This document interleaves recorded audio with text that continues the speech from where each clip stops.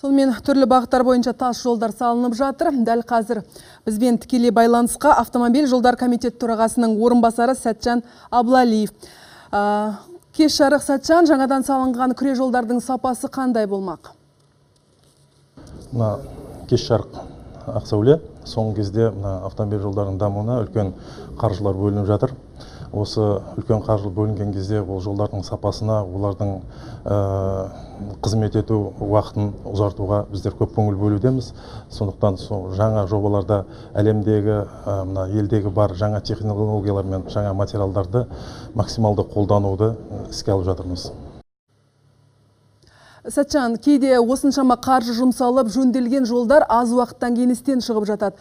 Осындай жағдайлар халықтың сынына да көп ұшырайды. Жолдардың сапасына қандай да бір кепілдік бере аласыздар ма? Мердігер компаниялар тендерге барып, осы келісім шарттарды алдырған кезде, олар осы жолдың сапасына тапсырылғаннан кейін 5 жылға дейінгі пайда болатын ақауларды өз есебінен жөндеп, қалпына келтіруге кепілдік береді.